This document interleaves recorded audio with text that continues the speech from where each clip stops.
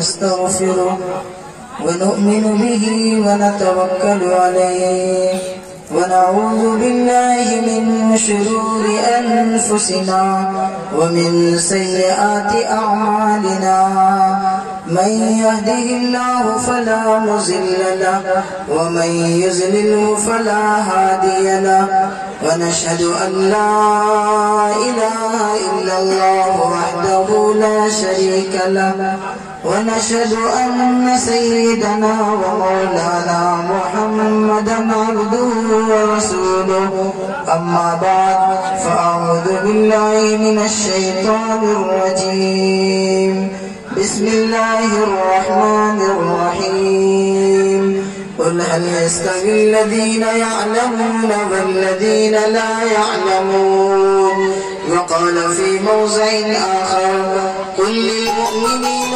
يغضوا من أبصارهم ويحفظوا فروجهم ذلك أزكى لهم إن الله خبير بما يصنعون صدق الله مولانا العظيم وصدق رسوله النبي الكريم ونحن على ذلك لمن الشاهدين والشاكرين والحمد لله رب العالمين.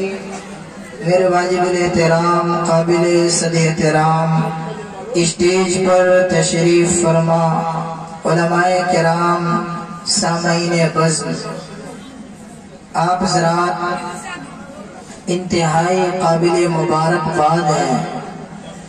شروع سے لے کر اب تک علماء کرام کے بیانات سے مستفیض ہو رہے ہیں.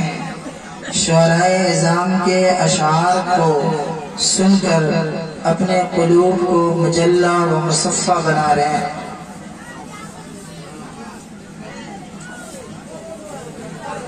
آپ حضرات 12:30 بجے تک اس طریقے سے بیٹھے ہوئے ہیں، لگ رہا ہے کہ مجمع ابھی شروع ہوا. مطلب تعداد کے اعتبار سے کہ آپ حضرات کی تعداد بہت اچھی ہے نا؟ بولیے تعداد اچھی ہے یا نہیں؟ ماشاءاللہ بہت اچھی تعداد ہے، لیکن تھوڑی سی شکایت ہے کہ آپ بہت دور دور بیٹھے ہیں. لیکن میں یہاں پہلی بار آیا ہوں، کچھ بول نہیں سکتا ہوں چونکہ اجنبی ہوں.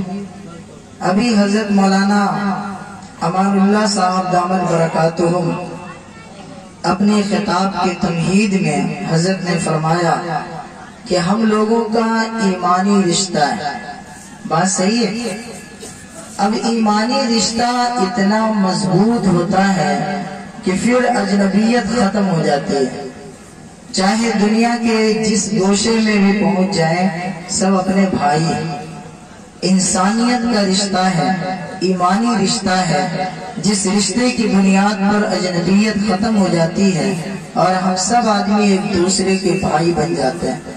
ایک جگہ نیپال میں ایک گاؤں میں پروگرام میں گیا بیان کرنے کے لیے. وہاں بڑا عجیب و غریب مجمع دیکھا. میری بات سن رہے ہیں آپ لوگ؟ سن رہے ہیں نا؟ جب اسٹیشن سے ٹرین چلتی ہے تو ڈائریکٹ تیز نہیں ہو جاتی، پہلے دھیرے دھیرے چلتی ہے، اس کے بعد رفتار پکڑتے ہیں. تو انشاءاللہ میں اسی اصول کے مطابق آپ تک پہنچوں گا. میں نیپال میں ایک جگہ گیا بیان کرنے کے لیے. تقریباً ہر جگہ نمبر ایسے ہی آیا کرتا ہے جب مجمع بالکل بکھرا ہوا ہوتا، لیکن وہاں کے لوگوں کے دل کے اندر بڑی عجیب و غریب محبت میں نے دیکھی. جب میں وہاں پر پہنچا تو جو اناؤنسر صاحب تھے وہ گاؤں کے تھے. اناؤنسر صاحب نے کہا بھائیوں آپ لوگ آگے آ جاؤ، آگے آ جاؤ، چونکہ مہمان مقرر آ رہے ہیں انڈیا سے. آواز جا رہی ہے نا؟ مہمان مقرر آ رہے ہیں انڈیا سے، لہٰذا آپ آگے آ جاؤ. کوئی ٹس سے مس ہونے کو تیار نہیں. اب میں بھی دل میں سوچنے لگا کہ پتہ نہیں اب میرا کیا ہوگا. جب میں کرسی پر بیٹھا تو میں نے کہا آپ حضرات بڑی محبت کرنے والے ہیں، الحمدللہ بڑے خلوص کے ساتھ اپنے مہمانوں کے دل کی دلجوئی کرتے ہیں۔ تو میں نے کہا کہ اچھا ٹھیک ہے، آپ مہمان کی خاطر اپنی جگہ سے آگے بڑھ سکتے ہیں۔ تو نوجوان لوگ تھے جو ادھر ادھر تھے، وہ سب دوڑے دوڑے آ گئے۔ پہلے توجہ سے سنی، سب دوڑے دوڑے آ گئے۔ تو میں بھی دیکھ کر حیران ہوا کہ آخر وجہ کیا ہے بھائی کہ فوراً سب دوڑ کر کے آ گئے۔ اب میں نے کہا کہ بھائی بتاؤ اس گاؤں کا نام کیا ہے؟ تو اس میں سے ایک نوجوان کھڑا ہوا کہنے لگا مولانا ٹیڑھا ٹیڑھا۔ میں نے کہا ارے بابا ہوش میں ذرا بولو، کیا کہہ رہے ہو؟ تو انہوں نے کہا کہ حضرت گاؤں کا نام ہی ٹیڑھا ہے۔ تو میں کیا کہا؟ میں نے کہا یار آپ لوگ تو بڑے سیدھے آدمی، پھر ٹیڑھا کیسے؟ مطلب پتہ نہیں باپ دادا نے کیا غلطی کی، گاؤں کا نام ہی ٹیڑھا پڑ گیا۔ آپ لوگ تو الحمدللہ بڑے سیدھے لوگ ہیں، تھوڑی سی اگر آپ محنت کریں، کشٹ کریں، میری وجہ سے زحمت گوارا کریں تو آپ سب آدمی آگے بڑھ جائیے، آگے بڑھ جائیے، آ جائیے۔ ماشاءاللہ میں نے دیکھا ہے آپ حضرات بہت ماننے کا جذبہ رکھتے ہیں۔ ابھی حضرت نے اعلان کیا، دوڑے دوڑے پورا مجمع بھر گیا ماشاءاللہ۔ واہ واہ کیا کہنا ہے۔ آ جائیے، آخری مرحلہ ہے، آخری مرحلہ ہے۔ جتنے لوگ باہر گھومنے والے ہیں وہ سب قریب آ جائیے۔ میں کبھی بھی گفتگو یہ سوچ کر کے نہیں کرتا ہوں کہ بہت بڑا مقرر ہوں اور آپ لوگ کے اندر علم نہیں، آپ سب آدمی انتہائی قابل مبارکباد ہے۔ اور یہ جو آپ کے اندر ماننے کا جذبہ ہے، صلاحیت ہے، یہ دراصل اسی ایمان کامل ہونے کی دلیل ہے کہ آپ فوراً ماننے کے لیے تیار ہو جاتے ہیں۔ اس لیے تھوڑا سا مل جل کر کے بیٹھیے، بیچ میں جگہ خالی ہوگی، شیطان آ کر کے حملہ آور ہو جائے گا، پھر آپ کو بہکا دے گا کہ کیا تقریر سن رہا، چلو گھر پہ گھومنے۔ کیا بات تو ہو گئے، اتنا ہی دور تک رہیں گے یا اور آگے بڑھ پائیں گے؟ جی بیچ بیچ میں جگہ خالی ہے، بڑھنا تو بڑھ جائیے، چونکہ میں زیادہ زور تو ڈال نہیں سکتا ہوں، چونکہ میں ایک اجنبی ہوں۔ گاؤں کا آدمی ہوتا تو میں کہتا ہے بھائی آگے بڑھو، چاہے جیسے بھی بول دیتا، لیکن ابھی تو خود ڈر محسوس ہو رہا ہے، زیادہ زور لگاؤں گا تو کہیں ایسا نہیں کہ میرا راستہ نہ روک لے آپ، لیکن ایسا نہیں ہو سکتا۔ کیوں؟ اس لیے کہ ایمانی رشتہ ہے نا، ایمانی رشتہ۔ آج کے زمانے میں اللہ کا فضل و کرم ہے، بہت حد تک لوگوں کے پاس علم آیا۔ اب علم جب آتا ہے تو بہت سارے برے رسم و رواج کا خاتمہ ہوتا ہے، بہت ساری برائیاں جو جنم لینے والی ہوتی ہیں وہ چیز ختم ہونے لگتی ہے، بدعات و خرافات دھیرے دھیرے ختم ہوتا ہے۔ آخر کیوں؟ اس لیے کہ علم آ رہا۔ ایک مولانا صاحب کہنے لگے کہ آج کل آپ لوگ لطیفہ بیان کرتے ہیں، ارے میرے ساتھ وہ واقعہ پیش آیا۔ میں نے کہا فرمائیے۔ وہ کہتے ہیں کہ 10 سال پہلے ایک مسجد میں امامت کر رہا تھا تو اتفاق سے مغرب کی نماز میں گھر چلا گیا تو 3 بوڑھے آدمی آئے نماز پڑھنے کے لیے۔ ان 3 میں سے ایک کچھ نوجوان تھا، تو 2 آدمی 2 بوڑھے جو تھے وہ اپنی کھیلی کو لگا کر کے اپنے پھاڑے میں ڈال لیے، اور اس کے بعد ایک نوجوان کچھ حد تک جو نوجوان تھا یعنی ادھیڑ عمر، ان سے کہا کہ رے تیرے نماز پڑھا بے، اب وہ آگے بڑھ نماز پڑھو۔ تو اب وہ بیچارہ آگے بڑھا نماز پڑھانے کے لیے۔ اب نماز سے پڑھانے کے لیے کہا اللہ اکبر، اب پیچھے بھی سب لوگ ہاتھ باندھ لیے۔ اب وہ شروع ہو گیا قل هو اللہ احد اللہ الصمد۔ تو وہ پیچھے والے بوڑھے میاں کہتے ہیں اف سب کی نماز خراب، اے تو پیچھے پیچھے نماز ہی کر پیچھے۔ تو وہ کہتے گا ابھی تو آگے ہی بڑھا ہوں، اتنا جلدی آپ پیچھے کر رہے ہیں؟ بولا تو سب کی نماز خراب کر دے گا، پیچھے۔ اب ان کا نہیں پیچھے آ رہا تھا وہ بندہ، تو اس کا پیچھے سے کپڑا پکڑ کر کے کھینچا، بولا پیچھے۔ اگر وہ بوڑھے میں آگے بڑھے، اب یہ آگے بڑھتے ہیں تو کہتے ہیں اللہ اکبر الحمدللہ رب العالمین، اور اس کے بعد وَلَلضَّالِّينَ، مطلب پورا پڑھ لینے کے بعد جب وَلَلضَّالِّينَ پہ پہنچے سبوں نے کہا آمین، اس کے بعد کہا اللہ اکبر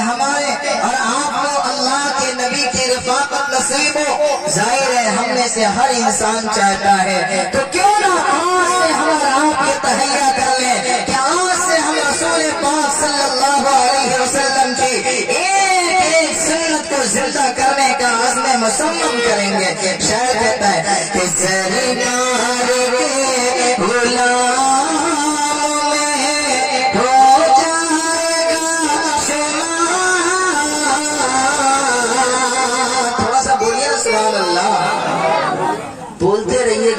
تو پتہ چلے گا آپ زندہ دل ہے، ورنہ تو لگے گا کہ شاید شوق ہے۔ اس لیے آپ زندہ رہیے اور زندگی کے ساتھ میں ہم لوگ پروگرام کا اختتام کریں۔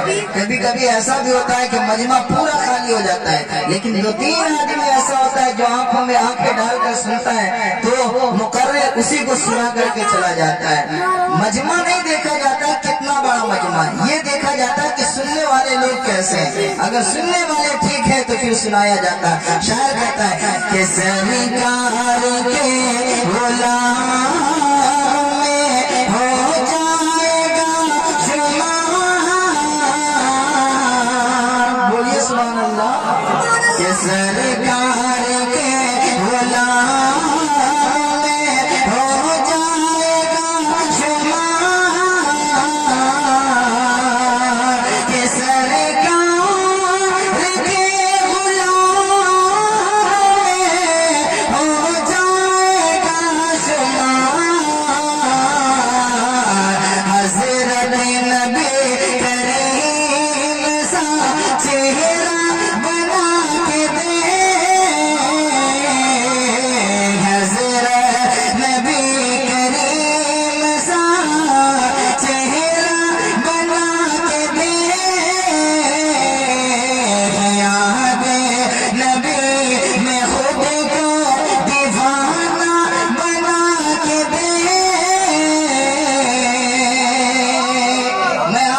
کے سامنے وہ حدیث سنائی جس میں اللہ کے نبی علیہ السلام فرماتے ہیں کہ جس کے دل میں رسول اللہ کی عظمت ہوتی ہے اور شریعت اسلامیہ پر چلنے کا وہ عزم مصمم کرتا ہے، اللہ بھی ان سے محبت کرتے ہیں، فرشتے بھی ان سے محبت کرتے ہیں اور ساری انسانیت ان سے محبت کرتی ہے۔ شاعر کہتا ہے کہ چھا جاؤ گے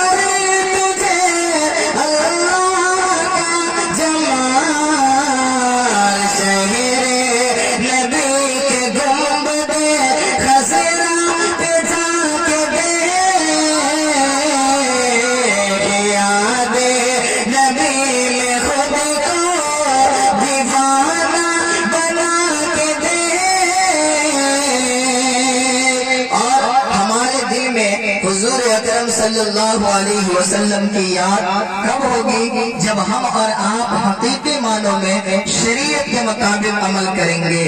اور شریعت ہماری کیا کہتی ہے؟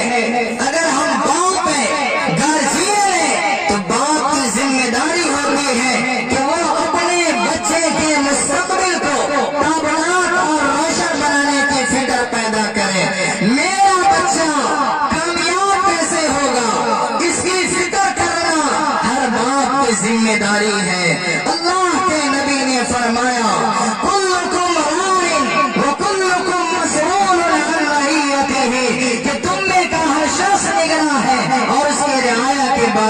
پوچھا جائے گا۔ میں نے تمہید میں آپ حضرات کے سامنے قرآن کریم کی آیت کا سہارا لیا۔